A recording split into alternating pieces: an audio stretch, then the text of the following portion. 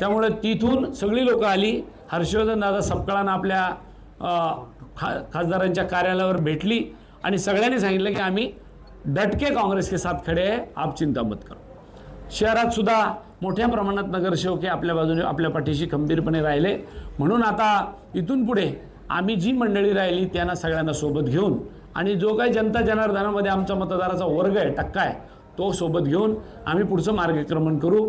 एवढंच आपल्याला या प्रसंगी सांगतो. बोलण्यासारखं खूप आहे. पार अगदी सिंदूरवरून त्यांनी सांगितलं की माझं सिंदूरमुळे मत झालं. आता सिंदूर काय आहे हे माझ्यापेक्षा जास्त पत्रकार मंडळीने आपल्या सभागृहामधले परराष्ट्रमंत्री, गृहमंत्री आणि रक्षामंत्री यांचे भाषणं तुम्ही ऐकले असेल.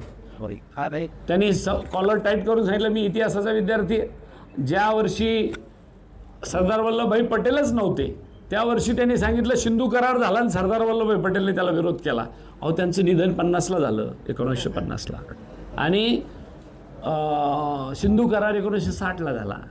आणि मी इतिहासाचा विद्यार्थी म्हटल्यानंतर आपल्या देशाचं काय होणार आहे तुम्ही बघा.